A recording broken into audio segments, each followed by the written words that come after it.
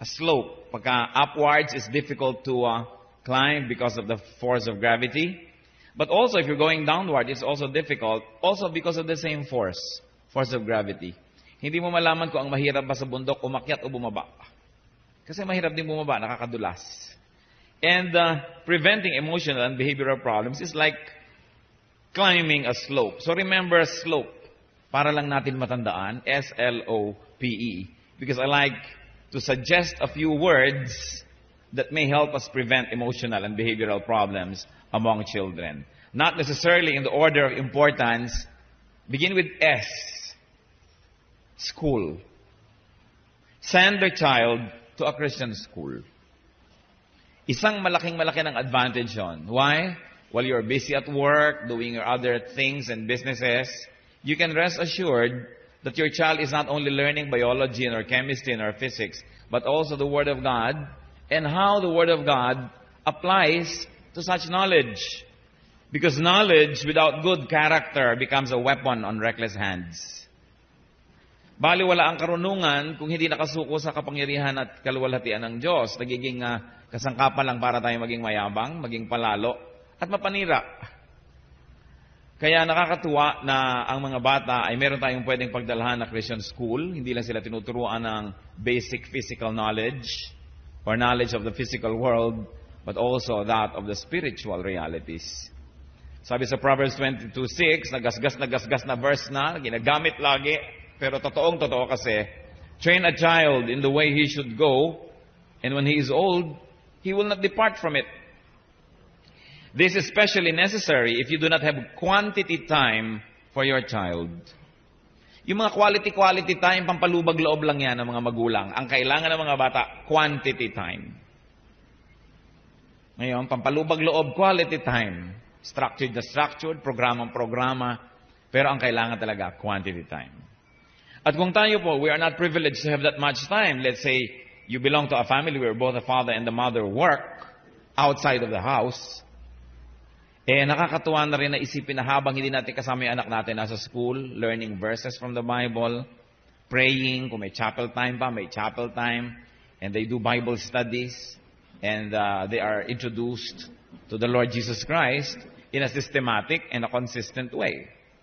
So mahalaga po sa ating slope, yung negotiating this kind of possible problems, school. And you should add Sunday school. Or whatever your local church's version of it is. The child must be brought to the saving knowledge of the Lord Jesus Christ as early as possible. Dapat nating unahan si Satanas sa heart and mind of our children. Malaki pong debate sa mga communication experts kung ano bang mahalaga, yung mauna o mahuli na magsabi. Pero mukhang mahalagang mauna.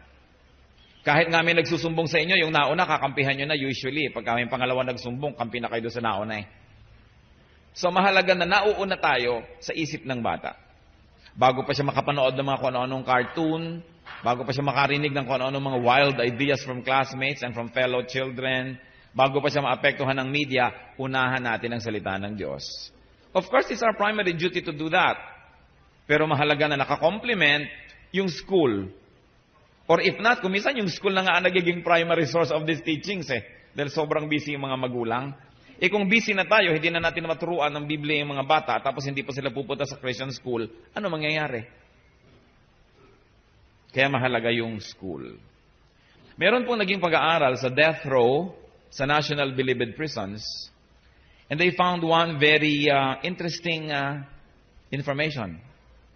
That none of those people who are at death row ever went to Sunday school. Wala ni isang nakatungtong sa Sunday school doon sa mga nasa death row. Meron kayang kinalaman yon? I believe so. Because the Bible says, train a child in the way he should go. And when he is old, he will not depart from it. And this is the Word of God that we claim. Kaya mahalaga na uuna, school. So ano masasabi ko sa inyo, mga magulang ng paaralan na to?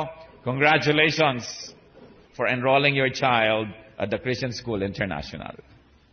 Dahil meron na kayong lamang, kumbaga, para maiwasan itong mga problema.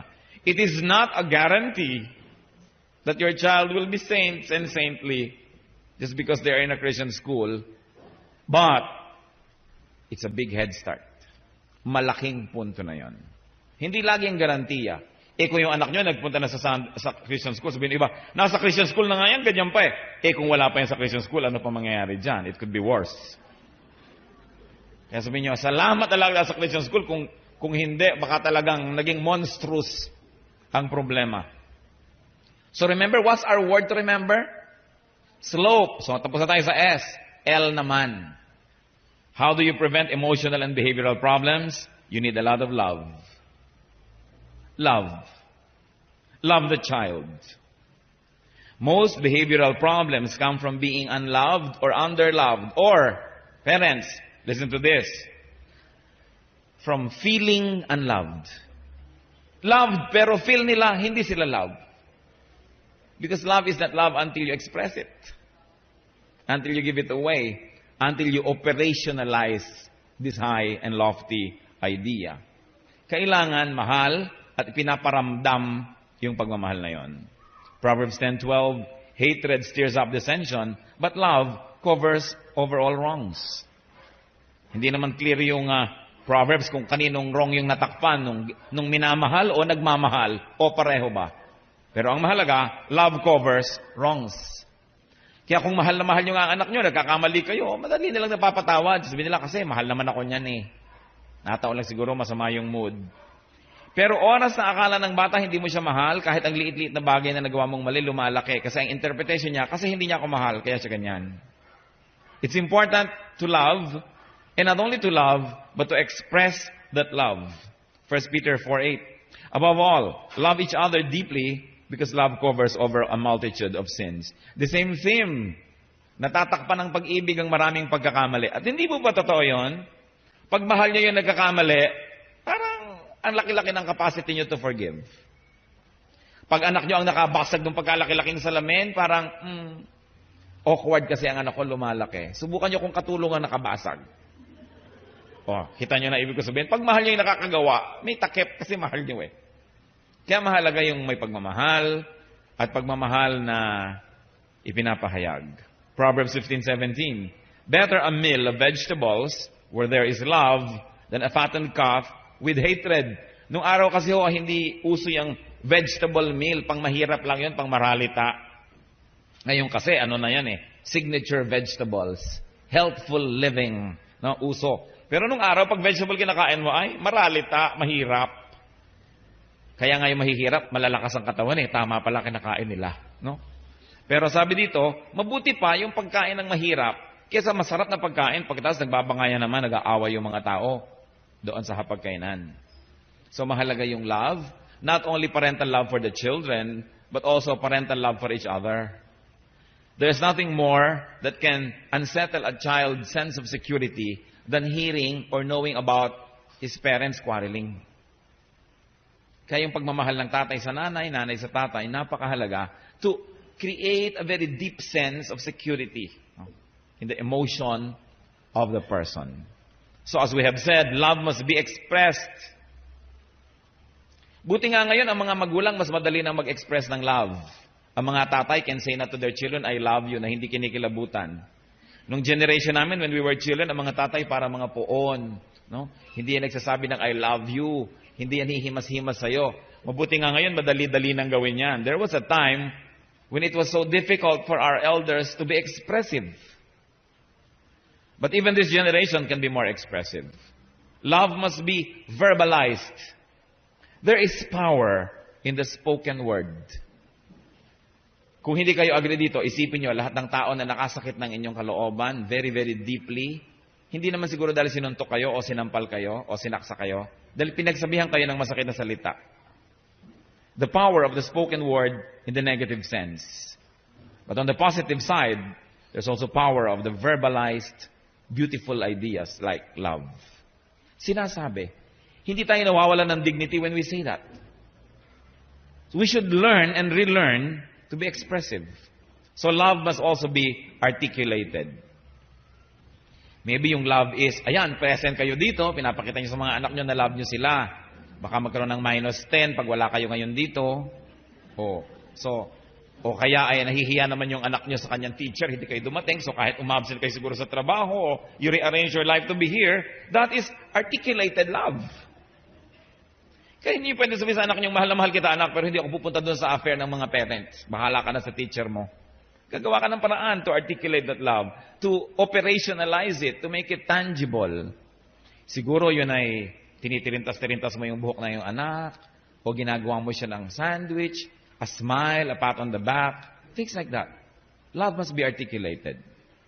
And love must be on the level, meaning love must be evenly distributed. What do we mean? Show no favoritism. Sinabi ko pong show, kasi marami mga magulang ang magsasabing, actually, no matter how much I try, meron talaga akong little favorite eh. Kaya hindi ko na sinabing don't have favorites. Ang sinabi ko na, show no favoritism. Pigil-pigilin nyo naman yung tendency nyo na sobrang i-baby yung isa, tapos hindi pansinin yung iba. Kung sakasakaling mahigit sa isa ang inyong anak. Don't show any favoritism based on age. Kasi itong una o ito huli. Paano yung mga gitna? Kaya pinakamaraming complex daw yung mga nasa gitna eh. O kaya, don't show favoritism based on gender. O lahat ng lalaki, sige, mag-basketball, maglaro na maglaro. Yung mga babae, laban ang mga medyas itong mga lalaking ito. Magluto, maglaba, no? Don't show any favoritism based on skill or personality. So much resentment resides in a jealous heart. At sa dinami-rami po ng na-counsel ang inyong lingkod, karamihan yung may mga deep-seated anger sa kanilang kabataan, galit sa magulang dahil may paborito. Pero hindi naman ma-express. O kaya galit sa kapatid na paborito. Kaya usually pag namatay ng mga magulang, lumalabas yung mga ganyang quarrels. Ikaw na nga lagi na nang binibigyan ng nanay natin ng tiyan ng bangus. Ako puro likod na lang. Tapos ngayon ikaw na naman ang merong mana ng lupa. Ako hamburger. So makikita natin na nakatanim sa isip ng mga bata. Show no favoritism. Of course, it's always better not to have. But it's your personal business to have or not to have. I'm just asking you, if ever, don't show it. And love must be open to reciprocation. Allow the child to love you back. You don't have to be supermen and superwomen as parents. You may allow them to help you. You may show them a weak part of you. So be available to love and be loved. And be open to love and be loved. That love is shared. Hindi parang benefactor, beneficiary relationship. But it goes in a circle that you love and you're willing also to accept that kind of love. So let's go to letter O.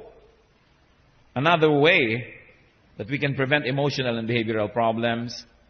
Another system, openness. Nourish the child in a climate of godly openness. The child must be allowed and encouraged to express himself. There was a time when parents were always very happy pag nagsasalita na yung anak nila. Uy, nagsasalita na siya, sabi mo, mama, papa. Tapos pag marunong na talaga magsalita, huwag kang sasagot. Huwag kang magsasalita. No? So, puro suppression. Puro suppression. The child must be permitted, even encouraged to be open about his thoughts, his feelings, and even his personality and inclinations. Na ang bahay dapat hindi hukuman. A house should not be a courtroom where everybody is judged by the book, but a house is a refuge. A home is a place where you're accepted no matter what. But then you begin from there, and you begin to work together to improve on things that are not truly acceptable. But you always begin with acceptance. That's what the family is for. That's what the family is all about. But you don't stop there. You work together to keep on improving people, personalities. But there must be a climate of acceptance. And then it will encourage openness. Marami pong mga tinanong ako ng mga theologians, yung akala natin mga napopossess by evil spirit, na iiba-iba yung boses, na iiba-iba yung itsura. Akala natin lahat yun possession. Sinasabi po ng mga iba na yung iba doon, hindi talaga demonic possession. mga sobra lang na-suppress ng childhood nila, o merong suppressed feeling hindi masabi openly, so the body makes a way to express what cannot be expressed in polite society or in polite family circles. Kaya tuloy yung tao na iiba pa yung boses, umiikot-ikot yung mata. Pero yung hirap ang dinaranas sa mga tao dahil na-suppress sila. Especially if the parents are over-domineering. Hindi na makapagsabi ng hindi mo conform doon sa kanilang gusto. And of course, may I caution you parents, please don't force your children to become like you. Is it not going to be a horrible world if everybody's like us? So, kung doktor kayo, huwag niyo siyang pilitin. Kasi kumisan yung mga hindi natin natupad sa buhay natin, gusto sila tumupad. No? The children become the extensions of our frustrations. And we want them to become champions of the things we weren't able to do. So mag-aral ka na agriculture kasi hindi ako nakapag-agriculture. Magganito ka kasi yung uncle mo ganun, o naging ganito, naging PhD, etc., etc. Ang mahalaga, yung nakikita natin sa commercial, yung gusto ko mag-fine arts, sabi niya, suportahan ta ka. Sa yan ang hilig mo bakit ka pipiliting maging katulad ko? Mamaya, if nature would take its course, mauuna akong mamatay kaysa sa'yo, paano ka na kung wala na ako, wala ka ng audience, wala ka ng piniplease? Then you're stuck with a career, you are stuck with a lifestyle that you don't like. One of the best gifts of parenting is setting people free. The moment the umbilical cord is cut from the womb, the process of setting people free begins. And it never really fully ends until we realize that the role of the parent is to make the child grow and become how God designed him or her, not what we want for the child. Lalo yung mga magulang na pinipilit yung anak maging laging first honor. Talagang kutak-kutak na blackmail, pananakot, no, harassment, para maging honor. Kasi pala nanay gusto niya, tuwing graduation siya ang akyat ng akyat sa entablado. You know, sometimes it becomes a cruel contest among mothers and fathers. And the children become hopeless pawns in our cruel chess games. Sometimes even in our social climbing. No, yung mga bata ang nagiging pawn. Kawawa naman sila. This is not what parents are supposed to do. Pati ang ministry ni Lord, ang ministry ng Christianity is to set people free. Psalm 146:7, the Lord sets prisoners free. The very message of Christ is freedom. Many forms of it, but freedom. Parents, do not make your home a prison. Kaya tuloy yung ibang mga bata, ayaw umuwi ng bahay. Bakit? Gabi na bago umuwi, ang aga-aga gustong umalis, siguro hindi masaya sa bahay. Siguro, yung mga kabarkada lang nila ang nakikinig sa kanila, doon lang sila bida. Sa bahay, hindi. And one of the most terrible things that can happen is to have a great mother or a great father. Then you live in the shadow of that parent forever. Lalo dito sa Los Baños, ang great na mga parents natin dito No? Si doktor ganyan, si doktor ganito, si scientist ganyan, na-discover niya kung paano magpapatubo ng kamoting walang ugat. Ito naman, kamatis na walang buto, kung paano ang makapuno ay pinapaanak. Ang gagaling! Paano kayong mga anak hindi ganon? What happens? They begin to have a complex. 2 Corinthians 3:17, where the Spirit of the Lord is, there is freedom. Pati mga anak ng pastors, kaya maraming mga anak ng pastors nagiging problema. Because the church expects the children of pastors to be perfect all the time. There's too much pressure to be perfect. So saan ka bibigay, kailan mo ilalabas yung tunay na ikaw? Tinitiis mo hanggang makakatiis ka, tapos biglang sasabog. No? And then the church begins to feast on such stories about pastors' children. We should be more supportive. It's hard enough to be in the shadow of a great person. Harder still to live in a glass house and be scrutinized by everybody. Kawawa yung mga anak ng mga achievers na oobliga na mag-achieve din. And then in the process, we fail to respect their personhood and the way they were composed, created, and empowered by God. Ephesians 3:12, in Him and through faith in Him, we may approach God with freedom and confidence. Kung tayo nakakalapit sa Diyos, Creator of heaven and earth, bakit may mga anak hindi makalapit sa magulang? Sobra kasing pedestal. Sobra yung gap. And there's a lot of censure and a lot of rejection if they don't fall into our mold. It's important to set children free. Not free to just become anything, but free to be what God has designed them to be. So let's accept that not all our children will be scientists. Not all will be artists. Not everybody will be first honor. Not all the mothers will have to keep on going back to the stage every time there's recognition time. Because our children are all different from each other. They're all unique. And it is their uniqueness that makes the world interesting. And it is their uniqueness that makes them interesting. Our role, our duties as parents, is to let that uniqueness come out and blossom and contribute to our nation, contribute to the church, contribute to humanity. You can always be a third-class engineer, but maybe you could be a first-class painter.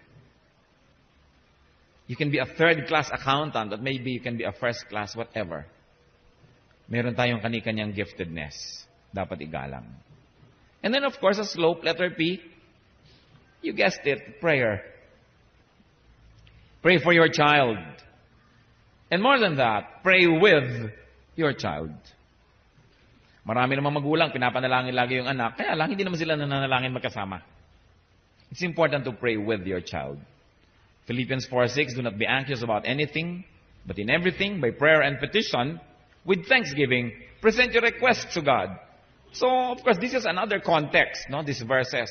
But this can be stretched to apply to what we're trying to say. That you can gather your children, or your child and your spouse, and you present your requests to God together. It's different when children hear you praying, especially when they hear you praying for them. I know one person who says that one of the most strongest influences in his life was the verbalized prayers of his mother that he heard. Colossians 4:2, devote yourselves to prayer, being watchful and thankful. Kaya mahalaga sa pamilya, meron kayong time to pray together. Ideally, every day. If you cannot be ideal, at least you can still be good.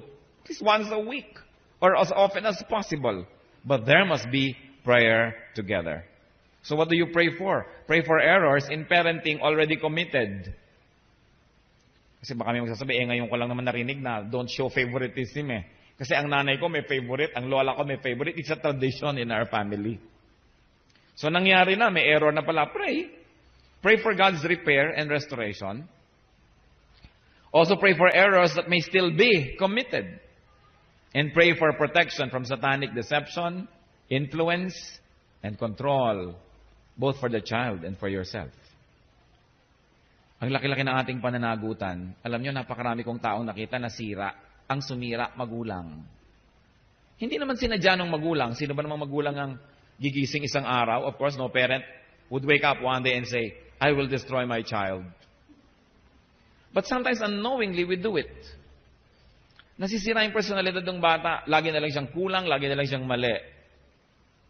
Nagkakaroon siya ng mga inferiority complex. Lalong-lalo kung paborito yung isa niyang kapatid. Grabing complex ang nangyayari. Parents should come together and pray a lot. What else? Sa ating slope, last letter. Example.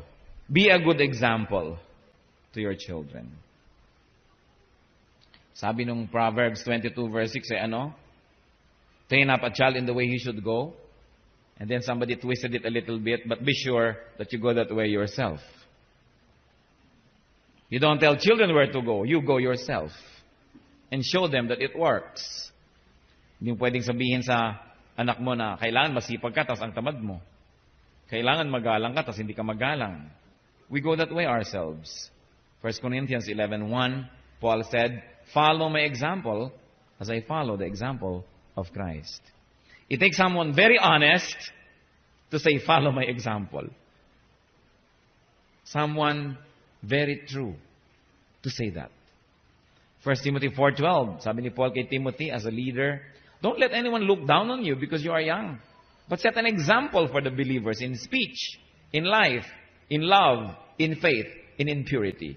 And if our spiritual fathers are mandated to set good examples, our biological mothers and fathers are all the more mandated to do that because we stay with our children.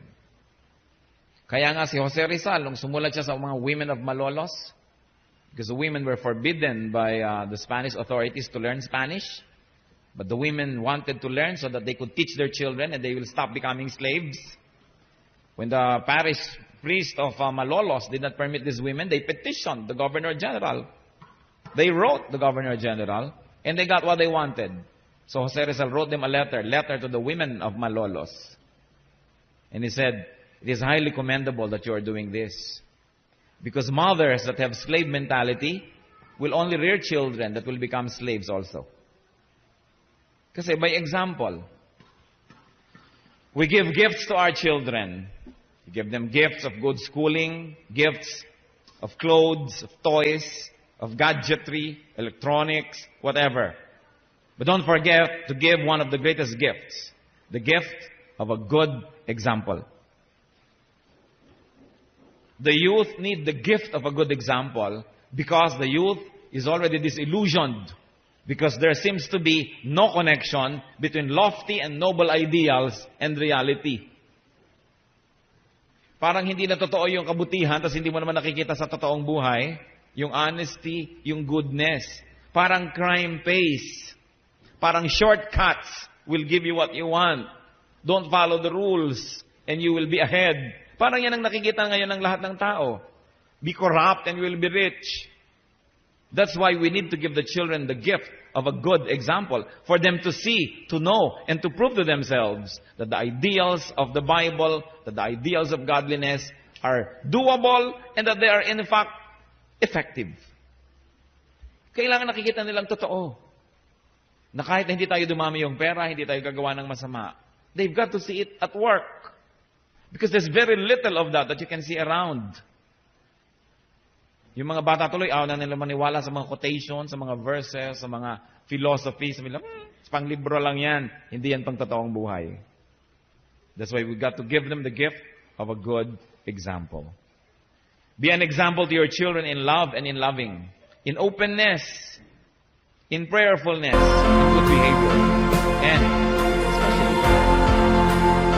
be a good example to your children in forgiveness, in forgiving others. Kailangan makita ng mga anak nyo sa inyo na marunong kayo magpatawad. Dahil baka hindi natin alam na may mga pagkukulang tayo sa kanila, mga sama sila ng loob at galit din sa atin, kailangan din natin mapatawad tayo. Don't burn the bridge over which you two discuss. The bridge of forgiveness. If we allow the children to see us forgiving people around us, they will learn to forgive. And again, this is one of the finest gifts that you can give to them, to teach them how to forgive. You know why? Because there is so much to forgive in one life. So many people wrong us intentionally or unintentionally. And if you are not equipped to forgive, if you don't know how to forgive, you will be living a terrible, miserable, bitter life. There are many cases where the only way out is forgiveness. Because people don't want to be corrected. They don't want to be rectified. They don't want to backtrack. They don't want to be reformed. They don't want to be restored. So what do you do with such people? If you cannot forgive them, what will you do? You will forever be angry. At pagka ikaw ay laging galit, talo ka. Kaya tinuturo ng Diyos, forgive. How can you hurt somebody who forgives? You nearly cannot. Probably you can only for a while. When the person forgives, the person is free. The only way to be free is to forgive. Because every person that you do not forgive becomes your master. Because the idea of unforgiveness is a prison. Hindi ka sumaya, hindi ka makalaya. Pag naaalala mo yung taong naiinis ka nung bata ka, yung naapektuhan ka, nasisira ang diskarte mo sa buhay, nagkakasala ka pa, lugi-lugi ka na. Teach children to forgive by forgiving them and by letting them see how we forgive people around us. We teach people good citizenship. It is one of the challenges of parents to rear a generation of patriots, of people who love their country. Napag-iwanan na tayo ng lahat yata ng country sa Asia. Dati unang-una tayo, napag-iwanan na tayong lahat. Dati yung mga Thai nagpupunta dito para mag-aral ng food processing, ng agriculture. Ngayon, ang agricultural products nila, talong-talo tayo everywhere. Pati patis, ini-import na natin from Thailand. Naiwan na tayo ng Malaysia kahit malang sa paggawa ng polo o ng Indonesia. Anong dahilan? The Filipino is a very good relative, probably the best relative on earth. The Filipino is a very good friend, probably one of the best friends on earth. But the Filipino is still to become a good citizen. Yung love for country, love for the community. Hindi yung basta masaya kami ng asawa ko, ng nanay ko, lola ko, to hell with everybody. Kailangan natin silang turuan noon kasi kawawa naman ang ating bayan na lampas-lampasan na ng lahat. Ang tatalino naman ng mga Pilipino. Person to person, we can stand up to anybody on earth. Pero bakit country to country, kulelat tayo? Malapit na tayong malampasan ng Marlboro country. Wala na yatang country hindi makakalampas dito. Dahil kulang ng pag-ibig sa bayan ang mga kabataan. Paano kababata pa lang, kakausapin na natin foreign language agad. Ipinagmamalaki, I need a tutor in Filipino. No? Anong uri ng mga citizen ang pinapalaki natin? Walang pag-ibig sa bayan. Kanino niya iaalay ang kanyang karunungan, ang kanyang galing sa bayan ng may bayan, sa ibang bayan? Ang number one ambisyon, takasan ng bayan niya. Ano na tayo? Good citizenship. Kailangan niyo ipakita ang pag-ibig niyo sa bayan sa inyong mga anak. And of course, we teach them good professionalism, civility, behavior, conduct. Yan ang kulang ngayon ay yung good manners and right conduct. Buti pa nung araw, umabot pa ako dyan. Sino sa inyong umabot sa GMRC? O amin na. O marami naman pala tayong mga ka-carbon dates. Mga kagandahang asal. Aanuhin mo ang karunungan kung magaspang ang ugali. Kailangan character before knowledge. Knowledge is important, but it becomes a poison when you have no character. Mahalaga. Raising children is like negotiating a slope. Huwag naman kayo masyadong serious sa slope, pinadali lang natin para matandaan. So when you remember this day, you think of slope. Be diligent, be strong, and be careful. Remember, you can only pass this way once. The impressions we make on our children will have a great bearing on what they can be or what they cannot be. Nawa tulungan tayo ng Panginoon na maging mga mabuting magulang. Kahit tayo may mga kakulangan, patuloy din tayong lumago sa Panginoon at maibigay natin the best that we can ever because this is our duty to God, to our country, and most importantly, to our child. Mabuhay po kayo.